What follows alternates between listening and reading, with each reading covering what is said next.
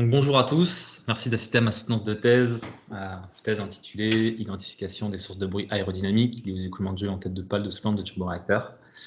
Donc j'aimerais tout d'abord remercier les membres du jury, M. Fellois, le président, M. Moreau, le directeur de recherche, M. Desrochers, le rapporteur, et puis Mme San-José, M. Roger et M. Thiss, les évaluateurs.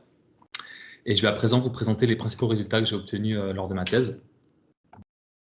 Depuis quelques années, on observe une hausse du trafic aérien mondial constante d'environ 5% par an, donc excepté pendant bien sûr la période du Covid qui a un petit peu chamboulé tout ça.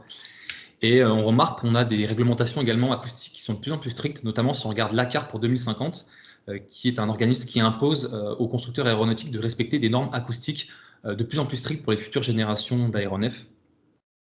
Et si on regarde les différentes sources de bruit d'un avion, donc à droite, vous avez les différentes sources de bruit pour un avion en phase d'approche et en phase de décollage, des phases qui sont cruciales parce que ce sont lors de ces phases-là qu'on survole des zones habitées.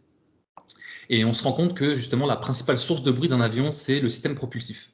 Et donc ça pousse les motoristes à développer de nouvelles architectures propulsives de moins en moins bruyantes pour les futures générations d'aéronefs.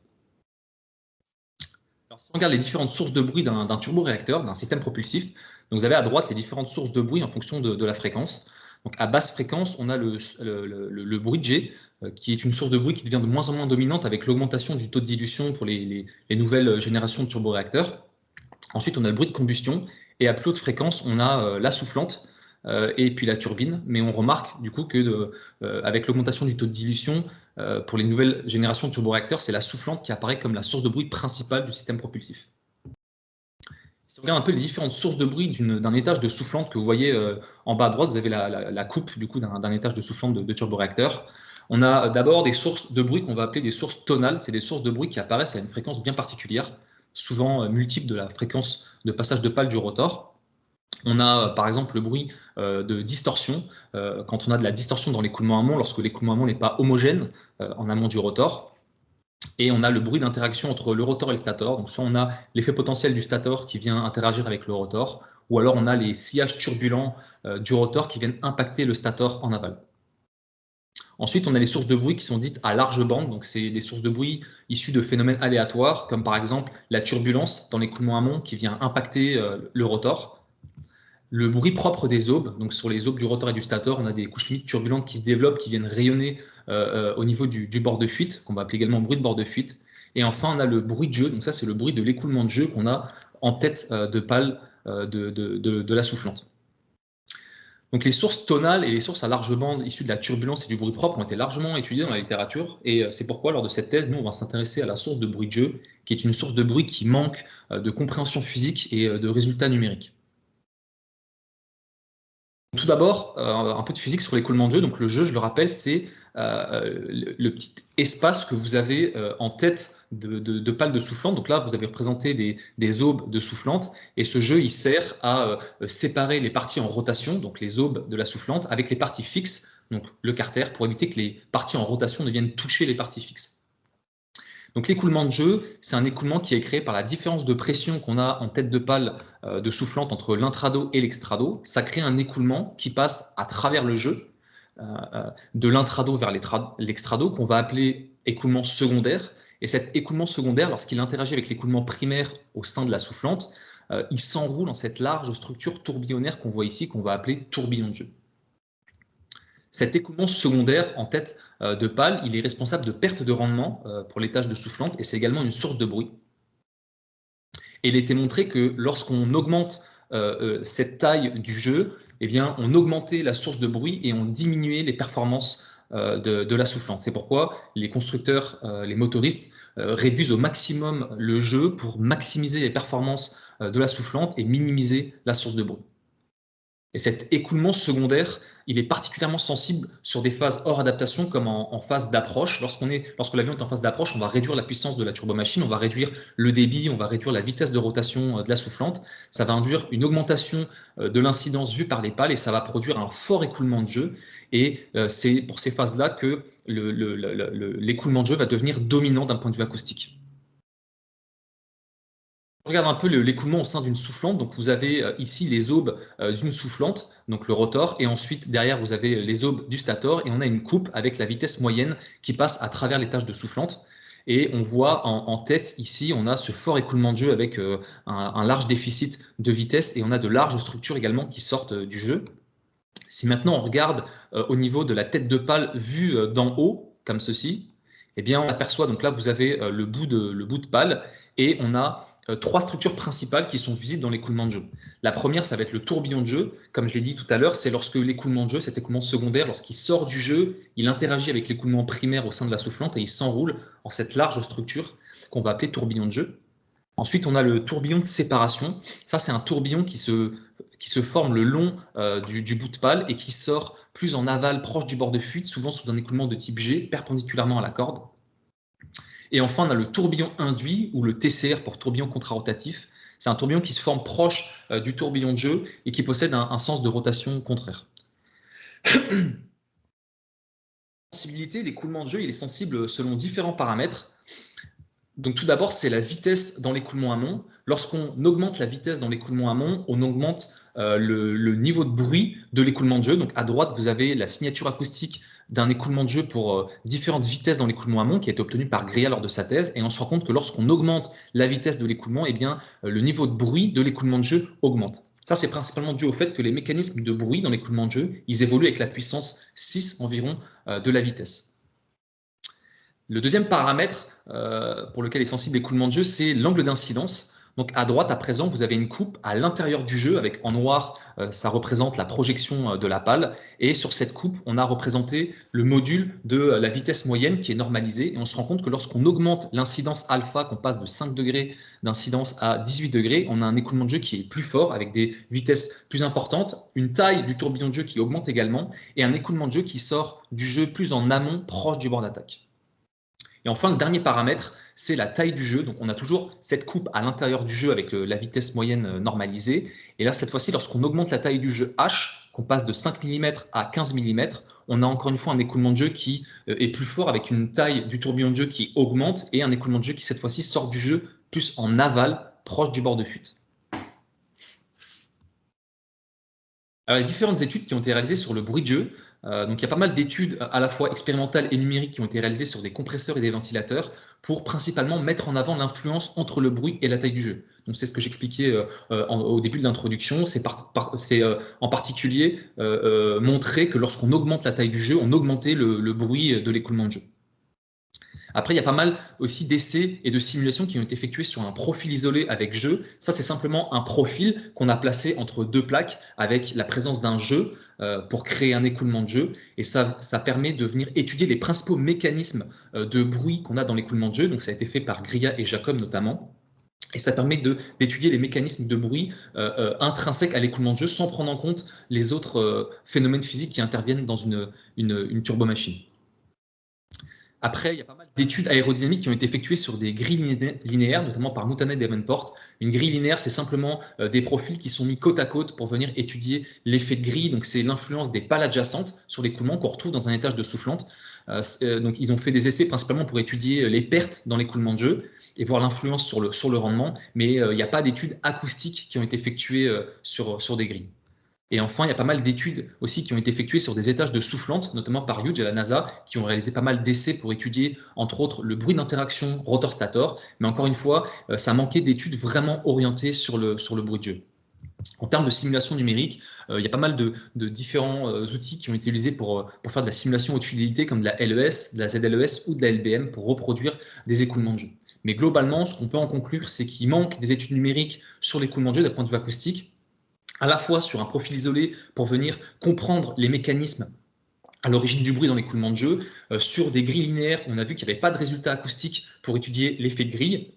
Et enfin, sur un étage de soufflante, pour venir vraiment étudier l'écoulement de jeu sur une soufflante de turboréacteur. La problématique de recherche, c'est de venir identifier les mécanismes à l'origine du bruit dans l'écoulement de jeu et venir aussi étudier l'influence des effets de grille et des effets de rotation. Donc pour répondre à cette problématique, on va faire une simulation aux grandes échelles, donc LES, de l'écoulement autour d'un profil isolé. Donc comme je disais tout à l'heure, c'est un profil avec un écoulement de jeu juste pour étudier les mécanismes intrinsèques à l'écoulement de jeu sans prendre en compte les autres effets qu'on rencontre dans une soufflante comme les effets de grille ou les effets de rotation. Ensuite, c'est de venir faire des simulations LES de l'écoulement autour d'une grille d'aube linéaire cette fois-ci. Donc une grille d'aube, on va le voir, c'est simplement des profils placés côte à côte pour venir étudier l'effet de grille. Donc c'est l'influence des pales adjacentes sur l'écoulement qu'on retrouve dans une soufflante de turboréacteur. Et enfin, on va faire une simulation LES de l'écoulement autour d'une pale de soufflante de turboréacteur cette fois-ci pour venir prendre en compte l'ensemble des phénomènes physiques qui interviennent dans un étage de soufflante et en particulier pour venir étudier les effets de rotation sur l'écoulement de jeu. Donc, je vais à présent vous présenter les résultats qu'on a obtenus autour de la configuration de profil isolé. Donc, la configuration de profil isolé qu'on a choisi d'étudier lors de cette thèse, c'est la configuration qui a été testée au LMFA, donc à Centrale Lyon, via 2 campagnes expérimentales qu'on va appeler EXP1 et EXP2. Donc, vous avez sur la droite une image du montage expérimental où on a un profil qui est placé entre 2 plaques planes avec la présence d'un jeu entre le profil et la plaque inférieure, comme vous pouvez le voir ici. Le profil qu'on a dans cette configuration, c'est un profil NACA 5510. Et vous avez les principaux paramètres de la configuration sur la droite. On a notamment une taille de jeu qui vaut 5% d'envergure, ce qui est relativement élevé pour des applications aéronautiques. Et on a également une incidence qui est élevée avec des vitesses assez élevées. Et tout ça, ça a pour but de produire un fort écoulement de jeu. Et c'est ce qui nous intéresse dans cette configuration pour vraiment mettre en avant l'écoulement de jeu et pour venir étudier les mécanismes de bruit.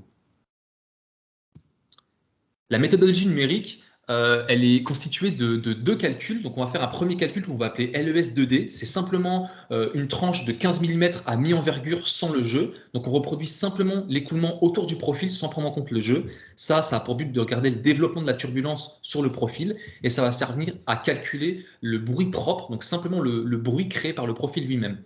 Et le but, c'est de venir comparer cette contribution de bruit propre à la contribution de la configuration totale pour mettre en avant la contribution de l'écoulement de jeu. Le deuxième calcul qu'on va faire, c'est un calcul qu'on va appeler LES3D, où cette fois-ci, on reproduit l'écoulement dans la chambre anéchoïque complète. Donc vous voyez ici le domaine numérique avec la chambre complète, le profil qui est placé entre les 2 plaques planes et la présence du jeu. On va simplement faire une petite simplification, c'est qu'on va réduire l'envergure de 190 mm, on va la réduire à 100 mm, l'envergure du profil, pour réduire un peu les coûts de simulation. Et on va regarder principalement l'écoulement de jeu, les principales structures dans l'écoulement de jeu et les mécanismes de bruit dans l'écoulement de jeu. Donc là, vous avez une coupe du maillage à mi-envergure et à mi-corde du cas LES3D, donc la configuration avec jeu. C'est un maillage qui est composé d'environ 144 millions de cellules avec une résolution en paroi Y+ plus petit que 3 dans la zone proche du jeu pour bien résoudre l'écoulement pariétal. On a un maillage qui est sensiblement identique au maillage à mi-envergure pour le cas LES2D, pour l'écoulement autour du profil uniquement. Et en termes de paramètres numériques, on utilise le solver AVBP, qui est un solver LES compressible, avec le schéma de convection TTG4A, qui est un schéma d'ordre élevé, 4e ordre en temps et 3e ordre en espace. Le modèle de Soumaï, c'est Whale. C'est un modèle particulièrement adapté pour les écoulements pariétaux. Et on fixe un pas de temps de sorte à respecter un critère CFL maximum de 0,7 sur tout le domaine pour des raisons de stabilité. Et on a récolté des statistiques sur environ 10 temps de convection basés sur la corde.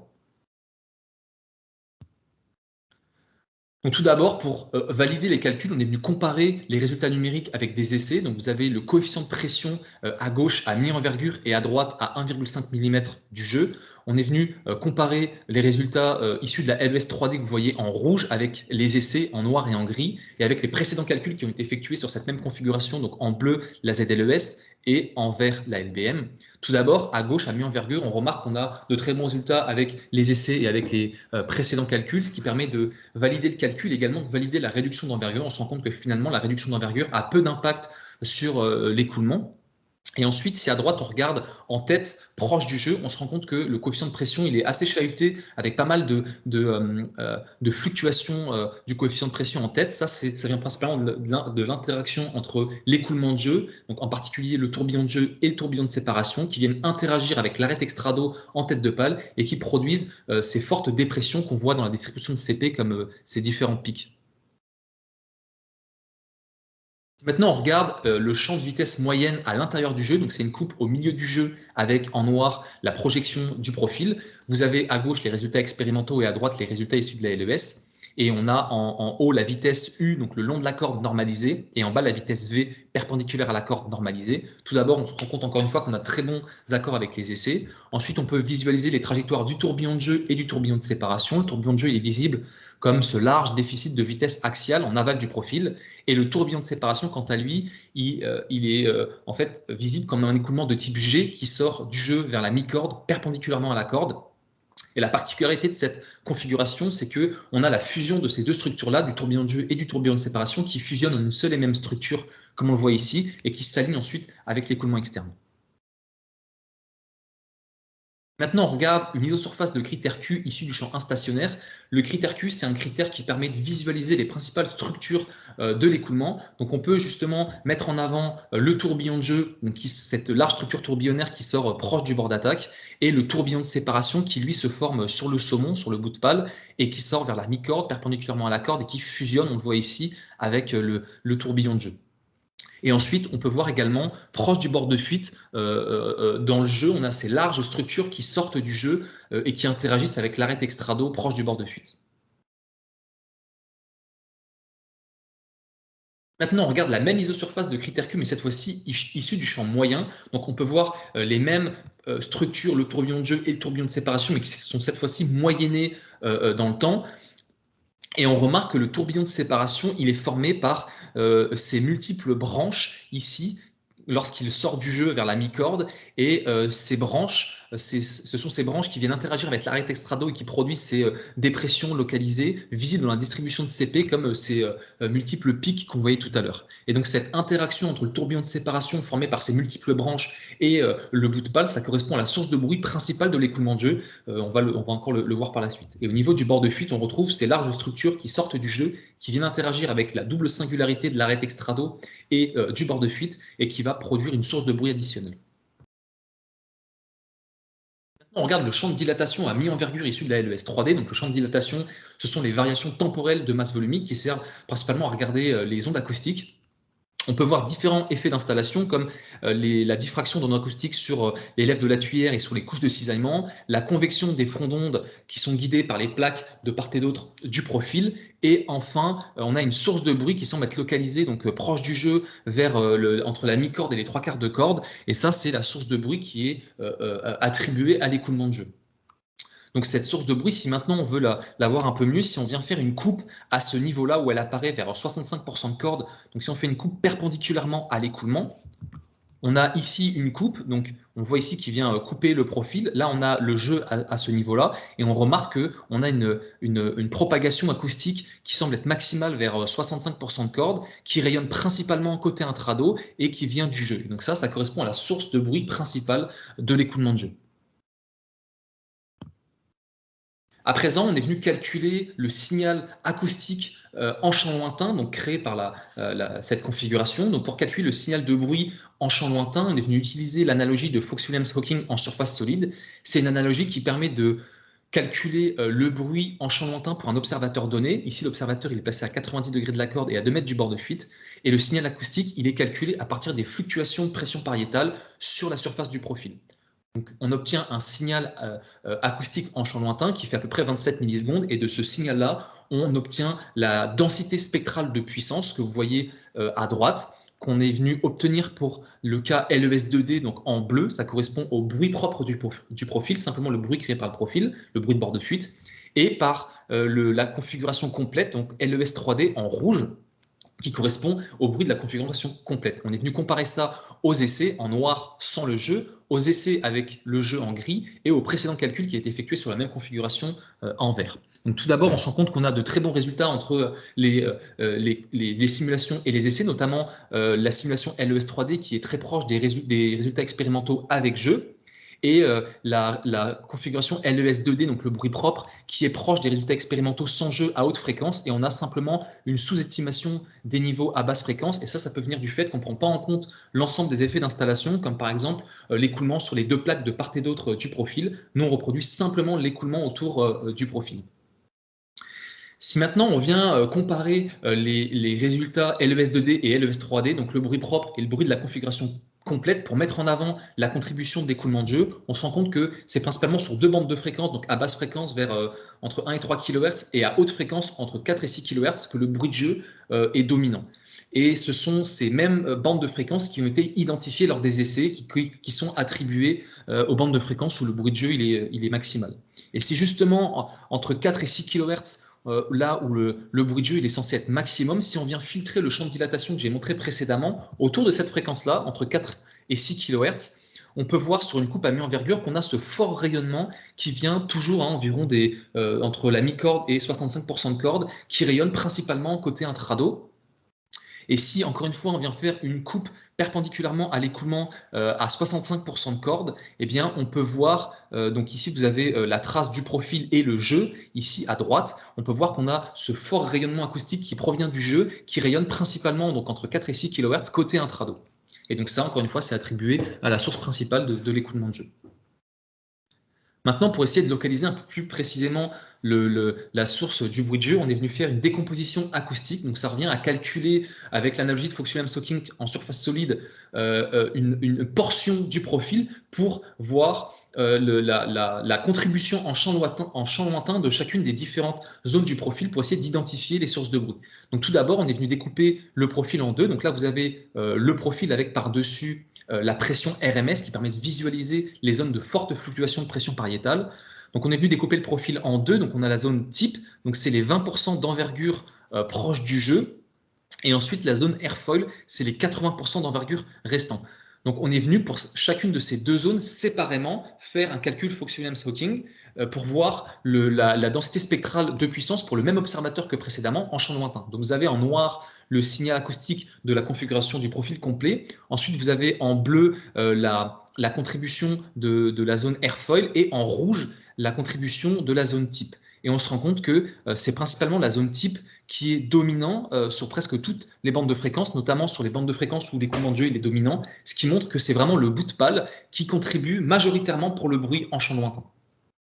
Ensuite, si on vient redécouper encore une fois cette zone type en trois sous-zones qu'on va appeler bord d'attaque, mi-corde et bord de fuite, et si on effectue encore une fois séparément un calcul Fox-Willems-Hawking sur chacune de ces trois zones séparément pour voir la contribution en champ lointain, donc on a encore une fois le signal, la densité spectrale de puissance du signal en champ lointain, avec en rouge la contribution du bord d'attaque qui est très faible, on le voit ici, en bleu la contribution de la zone mi-corde et en vert la contribution du bord de fuite. Et on se rend compte que c'est la zone mi-corde qui, principalement à haute fréquence, est largement dominante et atteint les niveaux de la configuration totale, ce qui montre que la source principale de l'écoulement de jeu, elle est localisée vers la mi-corde et elle rayonne principalement entre 4 et 6 kHz.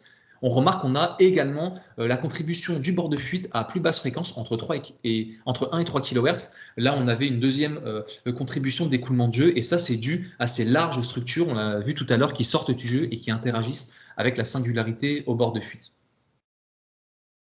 Donc maintenant, pour visualiser un peu les mécanismes de bruit, on est venu faire une décomposition modale dynamique. Ça revient à décomposer le champ de pression en différents modes et ensuite à reconstruire ces modes pour visualiser les principales dynamiques de l'écoulement. Donc nous, on est venu regarder sur notamment une coupe à l'intérieur du jeu, le champ de pression qu'on est venu reconstruire pour différentes fréquences à 3 kHz et à 6 kHz. Et on voit qu'on a différentes dynamiques qui apparaissent. On a l'interaction du tourbillon de séparation vers 65% de corde qui apparaît, qui interagit fortement avec le profil à 3 kHz et qui semble produire un rayonnement acoustique, principalement à 6 kHz côté intrado, comme on l'a vu tout à l'heure. Ça correspond à la source principale de l'écoulement de jeu. Et on a cette source secondaire qui correspond à ces larges structures qui sortent du jeu et qui sont visibles à plus basse fréquence, vers 3 kHz.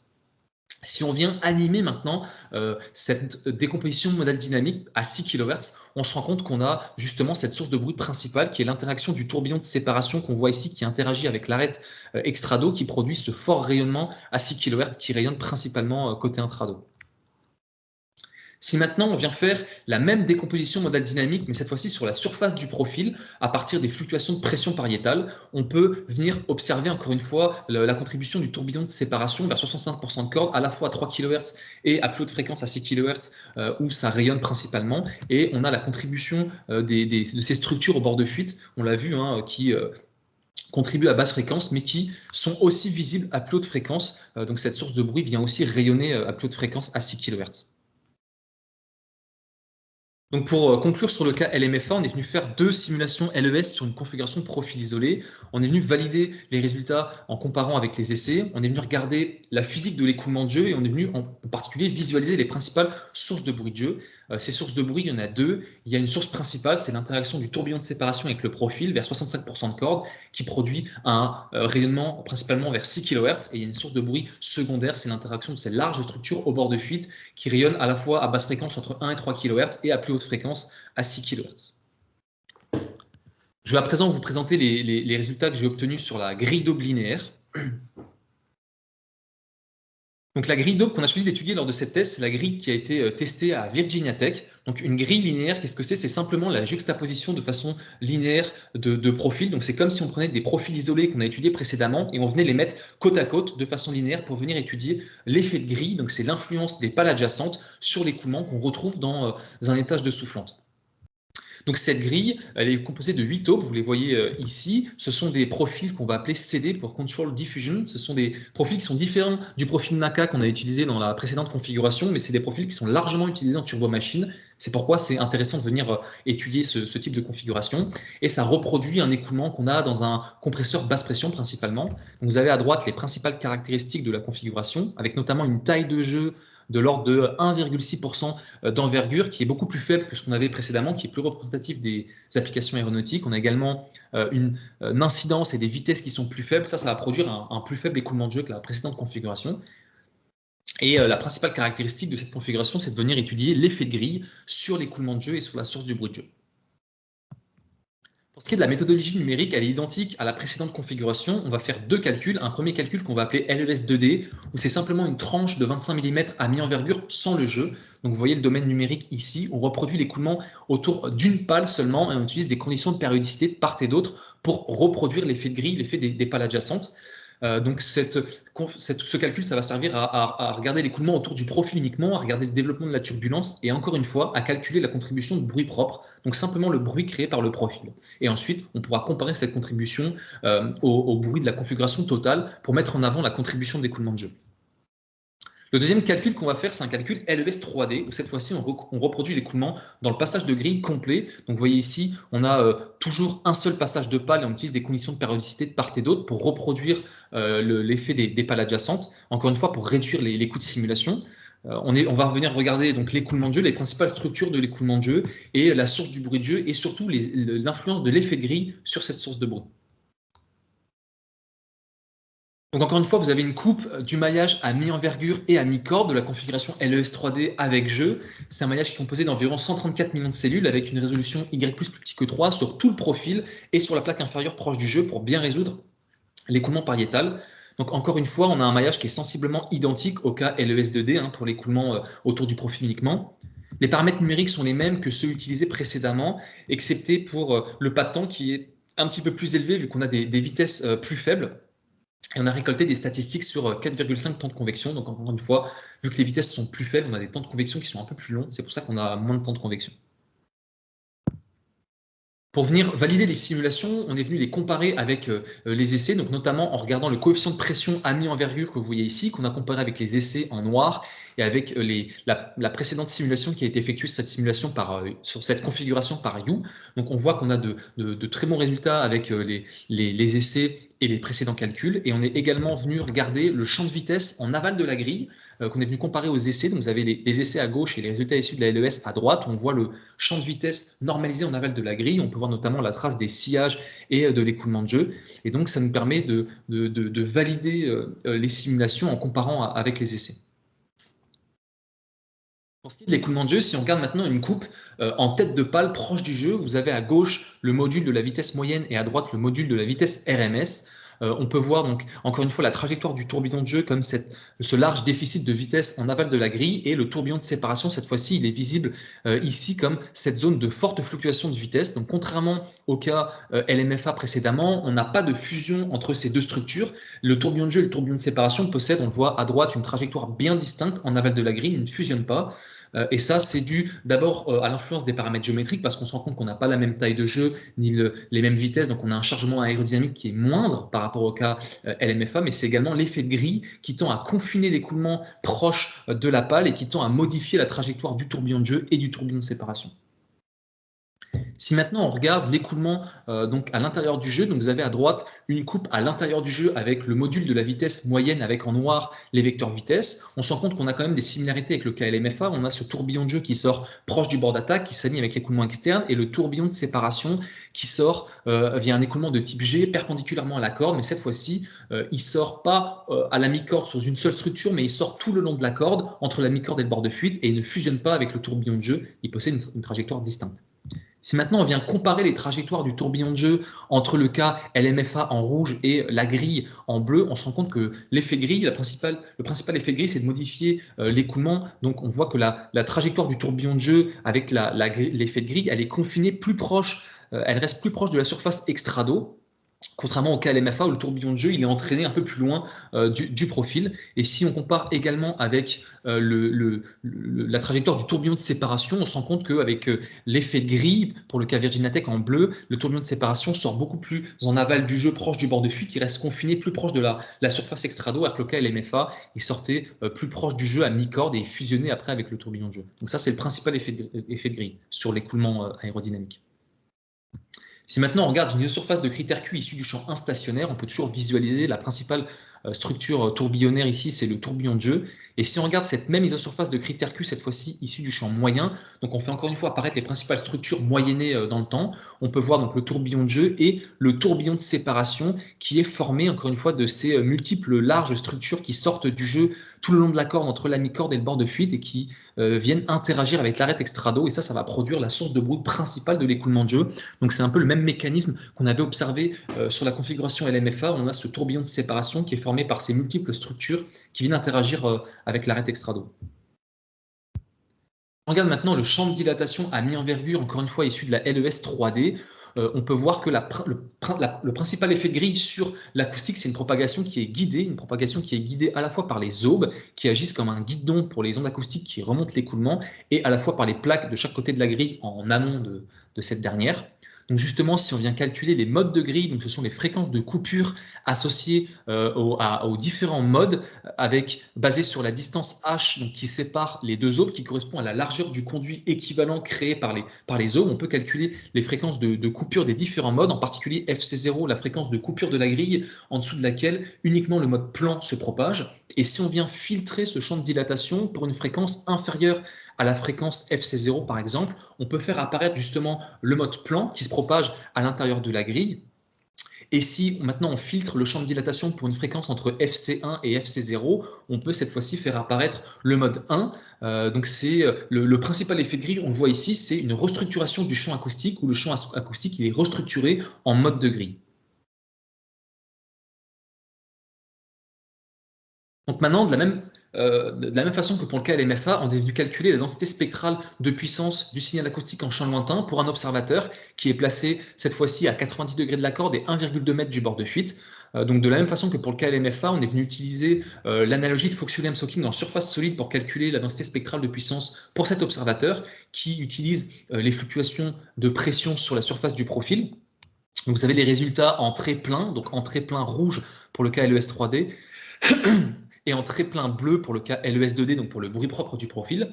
Le problème avec cette analogie, c'est qu'elle suppose une propagation en champ libre, donc elle ne prend pas en compte l'effet de grille, la restructuration du champ acoustique par la grille. Donc pour prendre en compte cette restructuration, on est venu faire un deuxième calcul avec l'analogie de Fox-Wiliams-Hawking en surface poreuse cette fois-ci. Donc, pour calculer le signal acoustique en champ lointain, on utilise une surface poreuse qui est placée en amont de la grille, qui vient enregistrer les fluctuations de pression, de masse volumique et de vitesse, et qui permet de calculer le bruit rayonné pour ce même observateur. Et donc, la principale différence, c'est que cette fois-ci, ça vient enregistrer des ondes acoustiques qui remontent l'écoulement, donc qui ont été restructurées par la grille, et ça vient prendre en compte justement l'effet de grille. Donc, vous avez les résultats en trait pointillé, donc en pointillé rouge, le KLES 3D, et en pointillé bleu, le KLES 2D. Et on est venu comparer ces résultats avec des essais qui ont été réalisés sur un profil CD isolé. Donc c'est un profil CD, c'est le même profil utilisé lors des simulations, mais qui est simplement placé entre deux plaques planes. C'est un profil isolé, sans le jeu et sans l'effet grille, c'est simplement le bruit propre. Mais comme je l'avais dit tout à l'heure, on n'en a pas de résultat pour l'instant acoustique sur une grille avec jeu. Donc si justement on compare les résultats expérimentaux en noir avec le bruit propre du profil, donc c'est les résultats en trait plein bleu, donc c'est le bruit propre qui est calculé sans l'effet de grille, on se rend compte qu'on a tout de même de très bons résultats jusqu'à 2 kHz. Et on a encore une fois une sous-prédiction à haute fréquence. Ça peut être dû au fait que, encore une fois, on ne prend pas en compte l'ensemble des effets d'installation avec la simulation LES2D. Et si ensuite on vient comparer les différences entre la formulation surface solide et surface poreuse, donc particulièrement avec le cas LES2D, on se rend compte qu'on a de larges différences pour des fréquences particulières qui correspondent aux fréquences de coupure des différents modes calculés précédemment. Et pour ces fréquences de coupure-là, on a des creux à chaque fois avec la formulation surface poreuse en pointillé bleu qui indique que justement on a ces modes qui ont été coupés par la grille, qui ne se sont pas propagés jusqu'à la surface poreuse. Et donc ça explique ces principales différences et ça met en avant l'effet gris qui tend à restructurer le champ acoustique. Donc c'est principalement un effet sur la propagation acoustique. Et enfin, si on compare le bruit LES3D avec le bruit propre du profil, on se rend compte que c'est particulièrement à haute fréquence, à partir de 4 kHz, que l'écoulement de jeu devient dominant d'un point de vue acoustique. Si à présent on fait une décomposition modale dynamique comme ce qui avait été fait sur le cas LES, sur le cas LMFA, où on vient faire une DMD sur une coupe en tête de pale proche du jeu, où on vient reconstruire le champ de pression pour différentes fréquences pour voir un peu la dynamique de l'écoulement, on se rend compte qu'on a une source de bruit qui est localisée vers 75% de cordes qui rayonne principalement entre 5 et 6 kHz vers l'aval côté intrado. Donc ça, c'est la contribution de l'écoulement de jeu qui est encore une fois identique avec le cas LMFA. C'est cette même source de bruit, c'est le tourbillon de séparation qui interagit avec le bout de pale sous la forme de ces larges structures qui sortent du jeu, qui produisent ce rayonnement vers la mi-corde qui rayonne entre 5 et 6 kHz côté intrado. Donc pour conclure sur le cas Virginia Tech, on est venu faire 2 LES sur une configuration de grille linéaire, on est venu valider par comparaison avec les essais, on est venu regarder l'influence de l'effet de grille sur l'écoulement, et cet effet de grille il peut être résumé ainsi, on a un écoulement de jeu qui est guidé par la grille, on a une modification de la trajectoire du tourbillon de jeu et du tourbillon de séparation, et d'un point de vue acoustique, on a la propagation à travers la grille qui est guidée, où le champ acoustique il est restructuré en mode de grille. Mais globalement, on observe les mêmes mécanismes de production de bruit qui ne sont pas affectés par l'effet de grille. Je vais à présent vous présenter les résultats obtenus sur la soufflante de turboréacteur. Donc la soufflante qu'on a choisi d'étudier lors de cette thèse, c'est l'étage de soufflante à échelle réduite qu'on appelle SDT pour Source Diagnostic Test, qui a été testé massivement à la NASA. Donc vous avez ici une coupe de l'étage de soufflante qui est basée sur les turboréacteurs modernes à haute dilution, qui a été largement utilisé pour étudier le bruit de l'étage de soufflante. On l'étudie en régime d'approche parce qu'on a vu que c'était un régime où justement l'écoulement de jeu il était dominant d'un point de vue acoustique. Et l'intérêt de cette configuration, c'est qu'on peut venir étudier le bruit de rotor seul. C'est des essais qui ont été réalisés sans le stator en aval pour vraiment regarder simplement la contribution de bruit de la soufflante. Donc vous avez ici les principaux paramètres de la soufflante, avec notamment une taille de jeu beaucoup plus faible que les précédentes configurations, mais des vitesses qui sont plus élevées et également une incidence qui est plus élevée en phase d'approche sur la soufflante, ce qui va produire un fort écoulement de jeu. Et le principal but de cette configuration, c'est de venir regarder les effets de rotation sur l'écoulement de jeu et sur la source du bruit de jeu. Ici, vous avez une image du domaine numérique. On reproduit l'écoulement autour d'un seul passage de pale, encore une fois, où on utilise des conditions de périodicité de part et d'autre pour reproduire les pales adjacentes. Ça permet de réduire, encore une fois, les coûts de simulation. On est venu faire un calcul avec le rotor uniquement, donc il n'y a pas le stator en aval. Comme je dis tout à l'heure, c'est pour éviter d'être pollué par le bruit d'interaction rotor-stator qui ne nous intéresse pas ici. Et, pardon, et ce calcul-là, il a été effectué par Pavel Kolodov. Moi, j'effectue simplement les post-traitements. Là, vous avez une coupe du maillage à mi-envergure. C'est un maillage qui est composé de 235 millions de cellules avec une résolution Y plus multiple 3,5 sur la pale. Donc, c'est un calcul qui est résolu en paroi et c'est le premier calcul résolu en paroi effectué sur cette configuration de turbomachine. Les paramètres numériques sont identiques, encore une fois, aux précédentes configurations, excepté pour le schéma de convection, qui est cette fois-ci un schéma d'ordre un peu plus faible, qui est le schéma Lax-Wendroff de deuxième ordre. Et on utilise un pas de temps qui est également plus faible vu qu'on a des vitesses plus élevées avec cette configuration et on a récolté des statistiques sur 3 révolutions. En termes de performance, quand on compare avec les essais en termes de débit corrigé, de rapport de pression totale et de rapport de température totale, on se rend compte qu'on a de très bons accords avec les essais. On a des variations de moins de 1%, donc ça donne de très bons résultats. Si maintenant on regarde le champ de vitesse sur une coupe en aval du rotor, on voit la vitesse moyenne issue des essais en haut et de la LES en bas avec la vitesse axiale, radiale et tangentielle. On voit qu'on a de très bons résultats avec les essais, excepté en tête où on a une surestimation du déficit de vitesse. Et également, si on regarde la vitesse RMS, on a de très bons résultats, excepté encore une fois en tête, on a une légère surestimation de la turbulence. Et ça, c'est dû à la complexité de ces configurations qui sont très dures à reproduire numériquement. Mais on observe quand même de meilleurs résultats que sur les précédents calculs qui ont été effectués sur cette configuration, qui avaient des résolutions plus faibles au niveau du jeu. Si on regarde maintenant une isosurface de critères Q issus du champ instationnaire sur la surface extrado de la pale, on observe différentes structures, notamment une large structure tourbillonnaire au bord d'attaque qui provient de la forte incidence de la soufflante en régime d'approche. Et en tête de pale, on a le tourbillon de jeu qui est visible ici avec une vue de haut qui sort proche du bord d'attaque avec une forte incidence, et le tourbillon de séparation qui est visible ici comme ces larges structures qui sortent du jeu tout le long de la corde entre la mi-corde et le bord de fuite. Si on regarde la même isosurface de critères Q, cette fois-ci issue du champ moyen, donc on observe le tourbillon de jeu à droite avec le tourbillon contrarotatif juste à côté et le tourbillon de séparation qui est à la fois semblable au KLMFA, qui est formé par ses multiples branches, et qui est également semblable au cas Virginia Tech où ce tourbillon de séparation il sort tout le long de la corde entre la mi-corde et le bord de fuite et il ne fusionne pas avec le tourbillon de jeu, il a une trajectoire bien distincte. Et la haute incidence qu'on a en régime d'approche associée au faible jeu, ça crée ce tourbillon de jeu qui sort proche du bord d'attaque avec une forte incidence, et les effets de rotation vont entraîner cet écoulement de jeu, ce tourbillon de jeu vers la pale adjacente, et ça va créer l'interaction de ce tourbillon de jeu avec la pale adjacente. Si maintenant on regarde justement les trajectoires du tourbillon de jeu et du tourbillon de séparation, avec à gauche le tourbillon de jeu en vert, la configuration de soufflante, SDT, on voit que l'effet de rotation s'attend à emmener le tourbillon de jeu loin de la pale, comme on le voit ici, de la même manière pour le tourbillon de séparation qui est emmené plus loin de la pale que pour le cas de gris en bleu qui sort on a un tourbillon de séparation qui sort plus proche du bord d'attaque, et donc ça c'est le principal effet gris, et ça va créer l'interaction de ce tourbillon de jeu avec la pale adjacente qui va créer un mécanisme additionnel de bruit comme on va le voir par la suite. Ensuite, on est venu calculer le bruit de rotor seul, encore une fois avec l'analogie de Fox-Wiliams-Hawking en surface solide, mais cette fois-ci, au lieu de venir calculer la densité spectrale de puissance pour un observateur en particulier, on est venu intégrer cette densité spectrale sur plusieurs observateurs placés à l'amont et à l'aval pour calculer la puissance acoustique rayonnée à la fois à l'amont et à l'aval pour se comparer avec les essais. Donc, on a fait plusieurs calculs. On a fait un calcul obtenu après une rotation, donc vous voyez en rouge, après 2 rotations en vert et après 3 rotations en bleu. Et on se rend compte qu'on a une bonne convergence des résultats acoustiques parce qu'à partir de 2 rotations, on n'a plus vraiment de différence entre les signaux. Si maintenant on se compare avec les essais, on remarque qu'on a de très bonnes comparaisons avec les essais en noir, malgré le fait que la formulation surface solide, encore une fois, elle suppose une propagation en champ libre, donc elle ne prend pas en compte la propagation en conduit qu'on a à l'intérieur de la nacelle avec les essais, mais ça donne néanmoins de très bons résultats. Si maintenant on compare avec les précédents calculs qui ont été effectués sur cette configuration, en gris, on voit qu'on a de meilleurs résultats que les précédentes configurations, et particulièrement à l'aval à haute fréquence, on a une réduction du bruit, ce qui indique que lorsqu'on augmente la résolution en tête dans l'écoulement de jeu, on diminue la signature acoustique, et ça montre l'importance de bien résoudre l'écoulement de jeu pour avoir de bonnes prédictions acoustiques.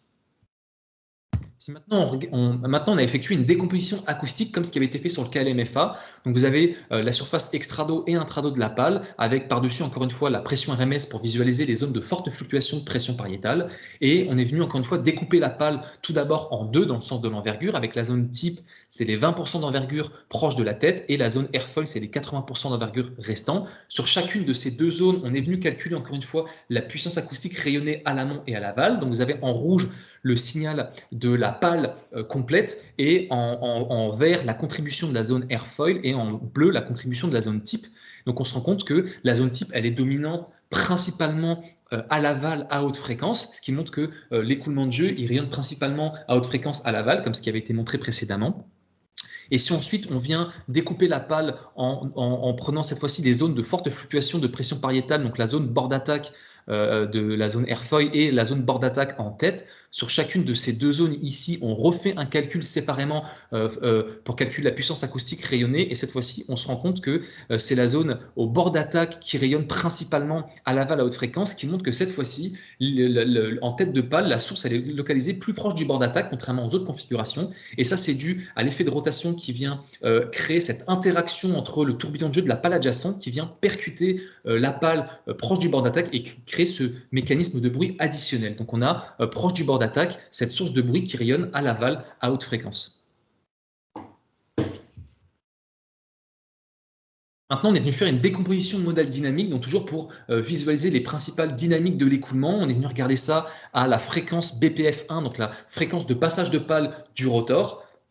Donc vous avez toujours la surface extrado et la surface intrado. Donc on remarque différentes dynamiques. On a la trace du tourbillon au bord d'attaque et le tourbillon de jeu en tête de pale à l'extrado. Et on vient également visualiser une autre dynamique côté intrado en tête de pale qui correspond à justement l'interaction du tourbillon de jeu de la pale adjacente qui vient percuter en tête de pale côté intrado, qui va créer ce mécanisme additionnel de bruit dû aux effets de rotation. Si on effectue la même décomposition modale dynamique sur une coupe donc proche du jeu, on voit ici donc la trace du tourbillon de jeu et du tourbillon de séparation, et on voit que ce tourbillon de jeu vient ici percuter la pale adjacente, et on retrouve ce même pattern ici qu'on voit en tête de pale à l'intrado, qui correspond à l'interaction du tourbillon de jeu avec la pale adjacente, donc ce qui crée ce mécanisme de bruit additionnel dû aux effets de rotation.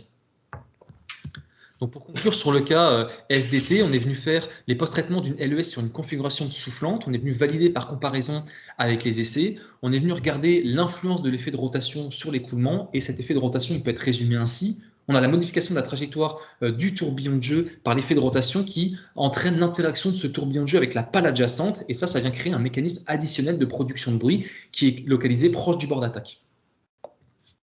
Donc pour conclure la thèse, on est venu faire des simulations LES sur 3 configurations différentes. Une configuration de profil isolé pour venir étudier les mécanismes de bruit intrinsèques à l'écoulement de jeu, une configuration de grille doblinaire pour venir regarder l'effet de grille sur l'écoulement de jeu, et une configuration de soufflante de turboréacteur pour venir étudier les effets de rotation sur l'écoulement de jeu.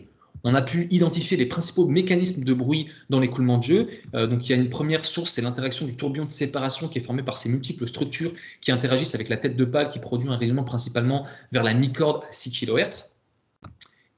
L'interaction des larges structures avec l'arête extrado proche du bord de fuite qui produit un rayonnement à plus basse fréquence, entre 1 et 3 kHz, et également à haute fréquence à 6 kHz. Ensuite, on est venu regarder l'influence de l'effet de grille. On a vu que c'était principalement d'un point de vue de la propagation acoustique, on a une restructuration en mode de grille, mais globalement, les mécanismes de bruit restent inchangés.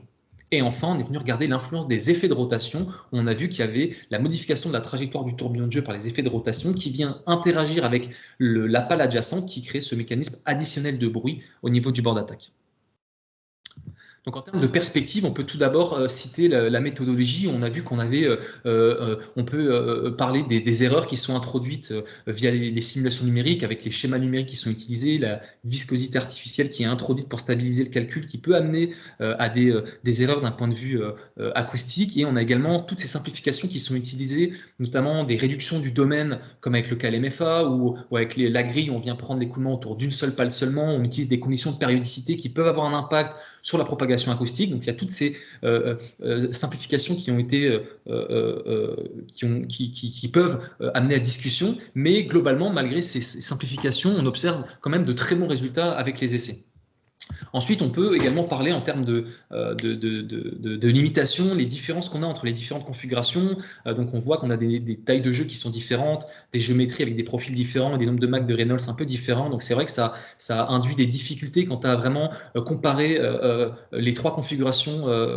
Mais voilà, c'est un peu, ça amène des difficultés pour comparer les 3 cas. On avait également un manque de données expérimentales, notamment sur la grille linéaire. On a vu qu'on n'avait pas de résultats acoustiques.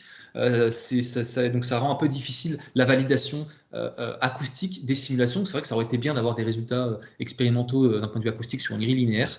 Et enfin, ces simulations, elles peuvent servir à développer des modèles analytiques pour la prédiction du bruit, parce que c'est des simulations qui sont très utiles, mais qui sont très coûteuses à mettre en œuvre. Donc ça peut être utile de développer des modèles analytiques de prédiction de bruit, mais on se rend compte que même si on l'a fait lors de la thèse, on a essayé d'utiliser un modèle qui a été développé par le passé, on se rend compte que c'est quand même assez difficile de modéliser cette source de bruit, parce que c'est pas une unique structure, c'est pas une structure tourbillonnaire bien définie qui vient interagir avec une singularité, mais c'est un peu plus complexe, donc c'est vrai que ça vient rendre la modélisation difficile. Mais globalement, la compréhension des principaux phénomènes physiques qu'on a mis en avant lors de cette thèse doivent aider à développer de nouvelles solutions technologiques. Donc ça doit aider les constructeurs aéronautiques à développer de nouvelles architectures propulsives de moins en moins brillantes. Donc je vous remercie pour votre attention, et si vous avez des questions, n'hésitez pas. Merci beaucoup.